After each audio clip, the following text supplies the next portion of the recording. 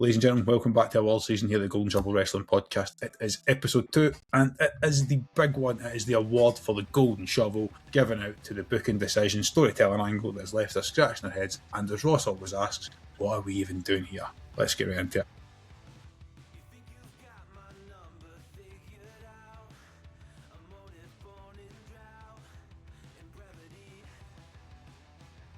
No introductions, no pleasantries required, because it's been 30 seconds since we finished episode 1, or at least the recording of episode 1.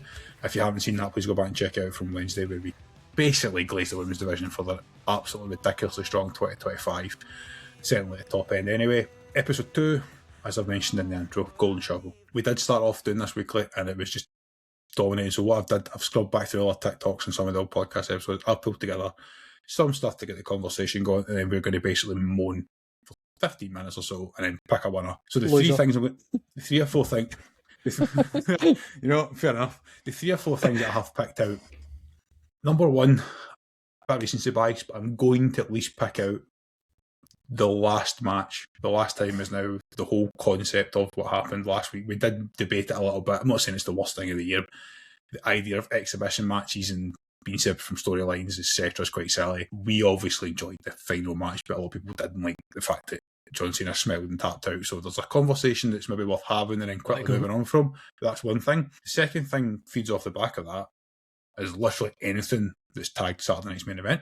The third thing that I'm going to bring up, or the third and fourth things which are all tied, is the SmackDown Women's Division in general this year has been extremely disappointing outside of the tag teams. Tiffany Stratton, we have mentioned in episode 1, did her best as champion in spite of the booking, but particularly that mid-card division, the Selena Vega Vortex, the way Giulia was booked, because to me, Giulia's arguably better in the ring than anybody else that's come up for NXT in the women's division. She's better than Sol Ruka. She's on or better than Stephanie Becerra, Blake Monroe, Jordan Grace, yet the way she was booked after she won that title was ridiculous to the point where nobody now cares about her in the ring. Another thing is the whole concept of long-term booking and not pulling the trigger at the right time. Not only on individuals, but as we discussed in episode 1 a little bit alluded to, there's a number of massive WWE storylines that were waiting for WrestleMania, SummerSlam, Saudi money, and ultimately injuries, other things get in the way. We've seen Penta, I know the trigger pulled at times this year, is now injured. We've talked about Dom Mysterio, who's getting a really nice push, but may or may not be injured as per last weekend. We were probably expecting a Roman Reigns Seth Rollins match at WrestleMania next year. Unlikely to happen now. The fact that we're determined to draw out Drew McIntyre versus Cody Rhodes, and at WrestlePalooza we made Drew McIntyre look an absolute idiot rather than just having him lose clean, which would have made better. So the other things that we've probably moaned about the most, there are others. Daz, I can see you nodding along. I'm sure you want to mention some of them and also take it in another direction as well, because there's lots this year. Take your pick. Right, so obviously being resident SmackDown expert, it's been a tough year, let me tell you. The tag team division were doing a lot of heavy lifting early doors because, my word, it was awful to watch. We got a mid-card title and the US title, which the women's division has been screaming out for a US and IC title for a long time. And I'm glad they've got it. We put it on the inaugural Chelsea Green. I think it's a great choice for your first champion. Then you put it in the hands of an absolute jobber like Selena Vega. That might sound harsh and aggressive, but just calling it how I see it. Awful in every aspect. Absolutely awful. I thought they learned their lesson when they made her Queen of the Ring. Unfortunately not. Put the title on her. Just so happens that her husband reappeared on SmackDown a few weeks later, as if that's kind of like connected. But I think that was the beginning of the end for that mid-card title, which is a shame. And it has ultimately ruined one of the best technical wrestlers that the WWE have, and Giulia. Probably the only woman who can out-wrestle her is probably Io Sky, who we just spoke about online. What I would pay to watch that. I'm struggling to get past it, if I'm honest, because I watch it every week on a Friday night. The other two that I wanted to mention, right, is the Penta has been booked horribly, because we spoke in episode 1 about Triple H and his ability to pull the trigger. Will he pull the trigger? Will he not pull the trigger? We know he's capable. We've seen him pull the trigger. They pulled it on Jey Uso. They pulled it on Steph Becerra. Why on earth didn't they pull it on Penta? Unfortunately for Penta, the reason is Dom Mysterio is the reason they didn't pull it on Penta. But there's no need to make him lose singles matches to Kofi Kingston. Like, we need to find a way of going, right, you're not ready to hold the title yet because the other guy's the hottest young talent we have, but we're also just going to have your job now and you're just going to eat the pin. And it's been so frustrating to watch because I'm a huge fan of Penta. The other one I'm going to put out, and this might surprise a few people, is actually what I'm going to be voting for to get the golden shovel. Not everybody loves him, right? And he divides opinion. If you wait purely based on what you read on the internet, people hate him and people do not like him in the slightest. If you go by reactions in arenas, merch sales, he's still one of the top stars, and he's been relegated back to the tag division now with his brother, Burial, in order to service a retirement match for Bill Goldberg is fucking awful. The whole point of putting the strap back on Gunther purely to service that match, because Gunther then drops the title anyway, is farcical. The reason being, Jey Uso, whether people like him or dislike him or doubt his ability in the ring as a wrestler and call him a 5 moves or do me super kicks and splashes, organically got over. Organically put himself. A guy who's been a tag team wrestler for the best part of 10, 15 years in that company has organically made himself drunk one night in a press conference, overnight made himself a superstar, and has got himself organically to the point where you put him against the top heel. We spoke about Gunther post John Cena and how he can be the big guy, and you put him in, and the work that they did together and the build up to that WrestleMania match. I mean, he shouldn't have tapped Gunther out, right? But the work they put in together is that you cannot beat me, you are not good enough, you are not good enough. He then goes over and proves that he is. I actually thought his work with the world title was enjoyable. It was refreshing. It's something I hadn't seen before. And I always thought he would be champ for 3-4 months. I always thought that would be the angle. But I thought the way in which he would lose that title would be in a way that protects him and cements him basically as a main eventer. I think the term we used at the time was a safe pair of hands should you ever need a transitional champion again. And that's where he should be, because he's earned it. And I think that the way that they took it off him made him look weak, totally buried his ability as a main eventer, because it flipped it on him totally.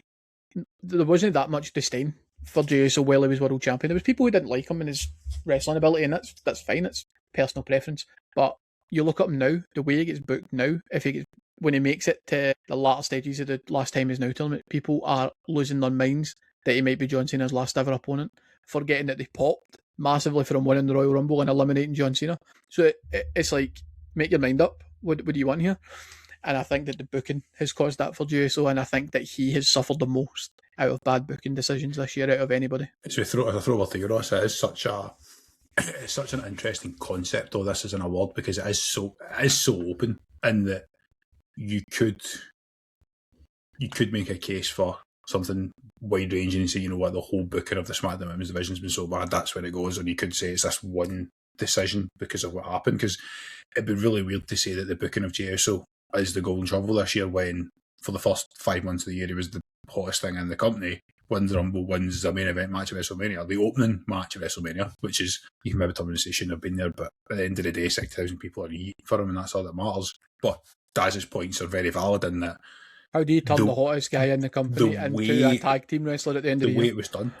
By the way, the thing is, it kind of goes back to what we said, like the book, the general, this overprotecting of people almost at the wrong time. Like, I advocate, I'm not wrestling, but I'm advocating for something in this lack of pulling the trigger space, and that I think that Kevin Owens could have or should have been a world champion at the start of this year, tail end of last year.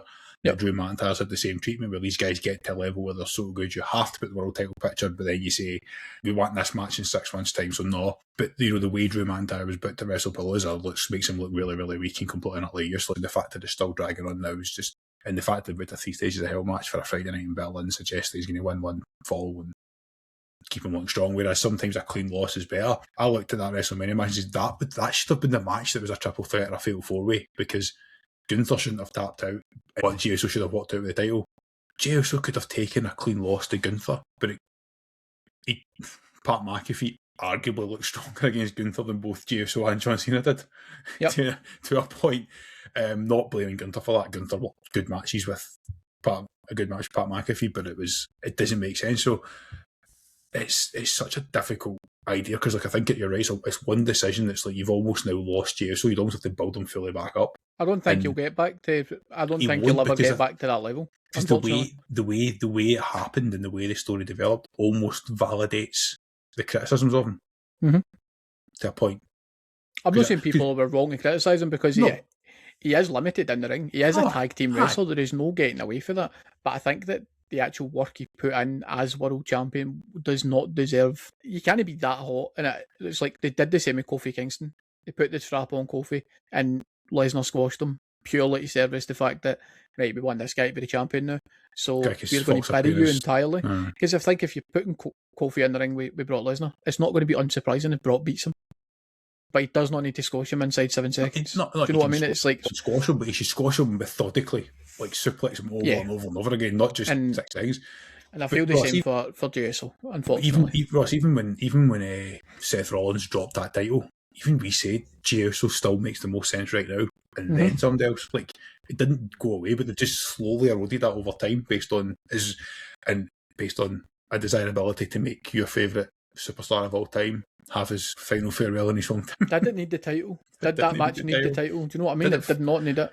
See if he just dropped it to Punk or the cash in. See if he just made the cash in triple threat and had him lose it.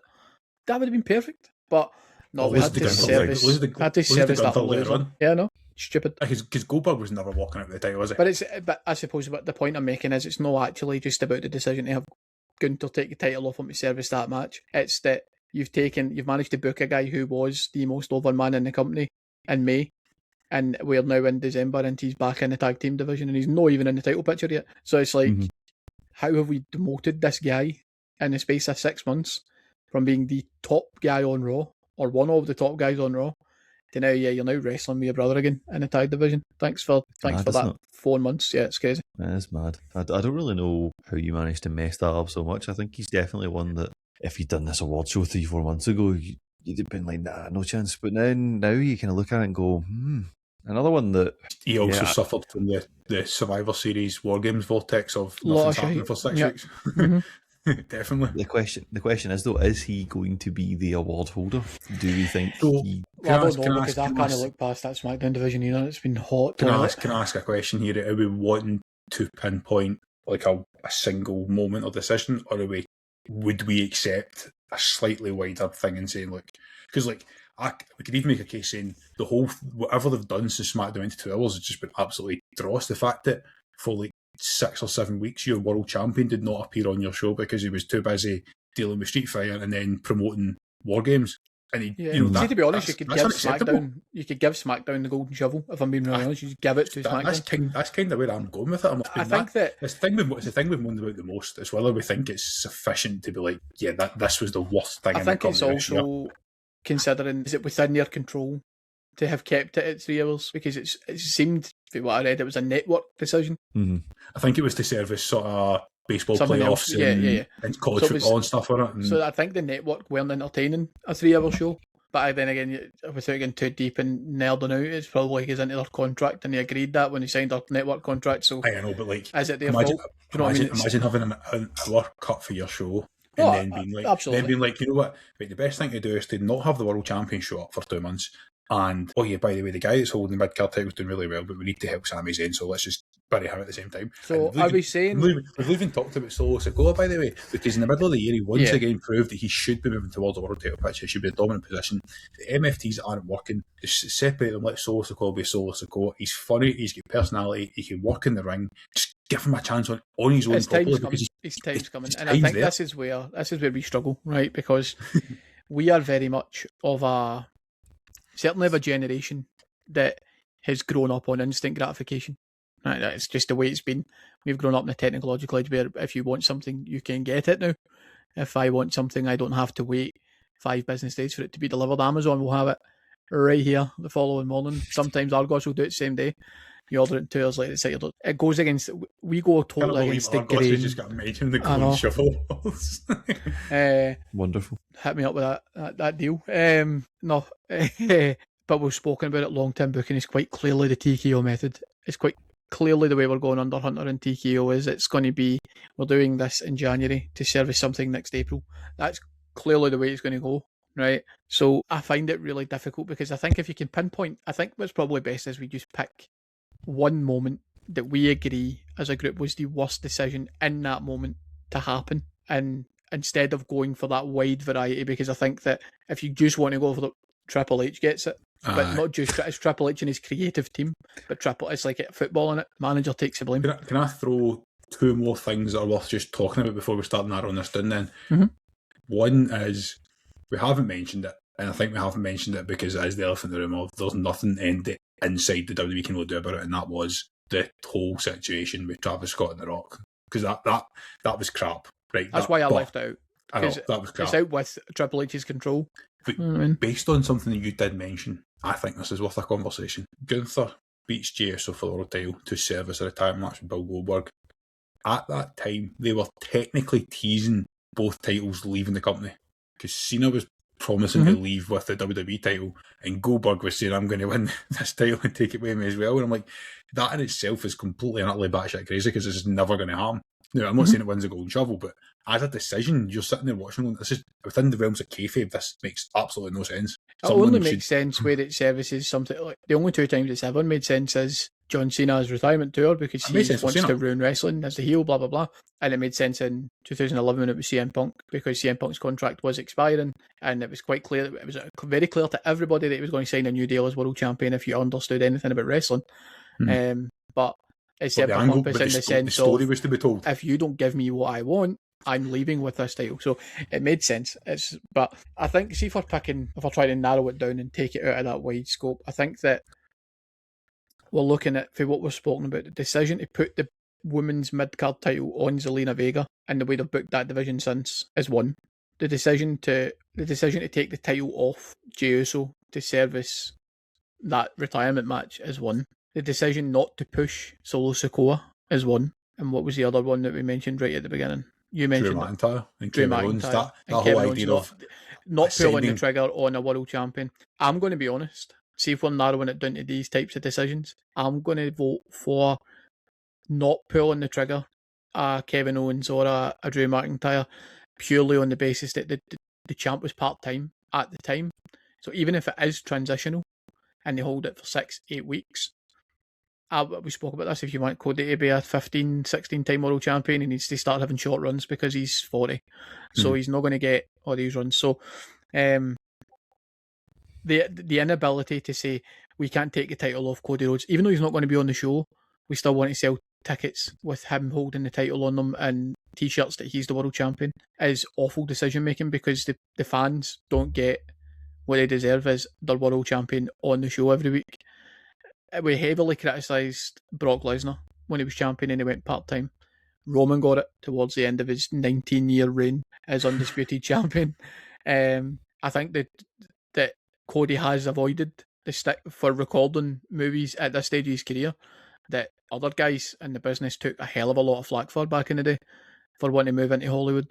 And I think the decision to not pull the trigger and put a title on Drew McIntyre specifically, because at the time it made no sense for Cody to retain that title. I'm going to vote for that, not just because Drew's a homer, but I'm going to vote that having a part-time champion not on your show for X amount of weeks, it made no sense to have a guy not win the title to then come back after X amount of weeks and beat that guy again and not have him take the title. Cody's probably got away with it because for the majority of the time he was away, Cena was there as your main eventer, even after SummerSlam, which means you get away with it to an extent.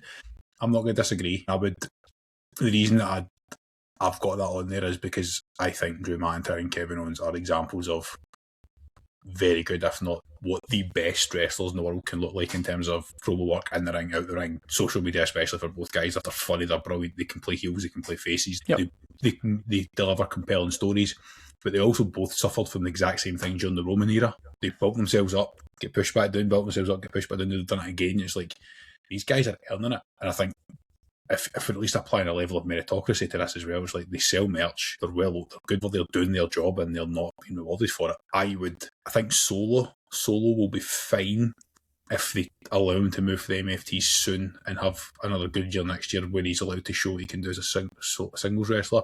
The one I would put up there would be the booking of Giulia as champ, because if you're not familiar with her from previous works or NXT or even Japan, or you're very much, not as a casual, but you watch the shows every week and you're not diving into wrestling all the time, you're just going to see this person and go, why is this person champion? I don't care about this person. I'm going to go to the toilet, I'm going to go make a snack. that's kind of how they booked her. Yep. And that's they've killed her momentum. So I would advocate for I'm picking one of the two as like this would be if I was down to two, I'd go for those two. Booking of Giulia as a mid card champ, I think was quite frankly fucking disgusting in terms of where she should be in this whole thing of Drew McIntyre, Kevin Owens earning the right to be a world champion and ultimately failing at the last hurdle again and again and again. And again, as you say, does the specific booking of how Drew has lost these matches makes absolutely no sense. Ross, before we vote, have you got anything you concur, or do you want to throw anything else into the mix that you would throw in over any of those, or at least up there with them to help make a shortlist? I think that I'm probably going to jump here a little bit because it's something that you always speak about when it comes to like storytelling or whatever else. It's quite good if you have like a thread. You know, you've got like, I can see from part A to part B to part C and everything all just makes sense. And what both things you guys have just outlined there, both Drew not winning the title and the way that they mishandled Giulia, is something that we have quite consistently across our, God, this could be episode 60. I'm not entirely sure where we're at. This is 57. 57. It's a lot of episodes. We have been saying that pretty consistently throughout, that they keep on dropping the ball on the pair of these. So I'm actually going to go something different in that I think this could be the first joint award winner, because these are both the things that we've been banging on about for months. We all three of us know we're right as well, which doesn't happen very often. We quite often have like our opinions and we agree, disagree and what have you. We're all right. We're right here. I think these two need to be a joint winner, because ultimately, if they hadn't mishandled the booking of Giulia and made her be this strong champion, gave her some half decent stuff to work with, and if they just gave Drew one goddamn run, maybe the entire scene on SmackDown just looks a lot different, and it kind of ruined an awful lot of that show that just left like a tag division kind of working, and then that was kind of it. So I mean, that's my 2 cents. Literally how the conversation was going before we tried to narrow it all a bit is that certainly the second half of the year post Cena moving to Raw, SmackDown has been god awful. I think we agree then that I think what we should probably do here is award Nick Aldis the golden shovel as the manager of SmackDown Live. It's not his responsibility to book the matches, but unfortunately it's the same as football. It's not his responsibility to go and take penalties, but unfortunately he's going to cop the unfortunate ones. I think it's probably fair that we just give it to SmackDown as an overarching. I think so, for those 2 reasons, because it's one of those that are going to win it. Bear in mind the other things that we're moaning about literally is all stems from SmackDown. So Sikoa Zelina Vega, the women's main event. Like SmackDown's a real fucking problem. It is. And I think in trying to talk ourselves out of that, we've talked ourselves into it as being so obvious that definitely, I think if we were being fair, would say since the move back to 2 hours, that show has just nosedived completely. They've lost, because up until when it was still a 3-hour show, we were getting regular appearances from NXT superstars, which was a high point each week. We were getting a ridiculously strong tag team division. I know there's reasons for it, but the YXX have held those tag titles hostage now for months. And yes, I know that Bo Dallas is dealing with family issues and has been, and I get that, but he wasn't a champion. They could have moved the belts off them and moved them back. It's been a little bit of a shit show on SmackDown. And I'm not saying that Raw's been that much better, it's just had better high points. Agreed. And it's a consistently higher floor. So I think that the voice of reason that is Ross Taggart has spoken, and look at the casual making the decisions. I love that. Sometimes just got to leave. It's hard to pick, because the thing is as well. See if Kevin Owens didn't get injured, we'd probably be sitting here saying that SmackDown's so much better than Raw. Kevin Owens not being world champion this year is a fucking travesty. We would almost certainly be saying that. But in fact is that in 2 months of work this year, we've talked about his feud, his matches, and the way he was booked on first 2 award shows because he's that good a wrestler. And the whole Drew McIntyre situation, yes, we're homos, we know that, but he's at that level. And the fact is, had we done this podcast last year, we'd be sitting here saying that the golden shovel goes to whoever decided not to push forward that Bloodline Hunter story, because that would have fed fucking generations of families if they just allowed to hunt people who supported Roman Reigns for 2 years. And it would have kept them away from the world title in a high level feud. Agreed. So it is unanimous. SmackDown's a shit show. That is, hopefully, when they move back to 3 hours, which will start with a 3 stages of hell match, which see if Drew wins fall 1 and loses the next 2 falls. Well, that's automatically locked in for next year's Golden Shovel. But I love the fact that my favourite match is back. I'm so here for it. 3 stages of hell in Berlin on the 9th of January, a couple of weeks away. Mm-hmm. So that was episode 2 of the Golden Shovel Awards, episode 57 overall, as we've just said. The Golden Shovel Award given to the booking decisions that left us scratching our heads is essentially whatever happened to SmackDown when they lost that third hour and they decided to stop producing high-level wrestling and sports entertainment. We have not been sports entertained on a Friday night for a significant amount of time. And arguably, if it wasn't excluding Giulia Dragunov, yeah. Excluding that's now over it. And if it gets to Sami's entry, we'll be joining him and Kieran.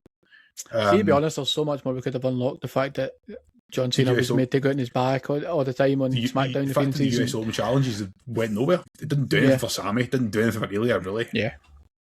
God, we could keep going, can't we? But honestly, I could. I'm so locked in that I've not even spoke about LA Knight, but we've picked a winner. No, I know.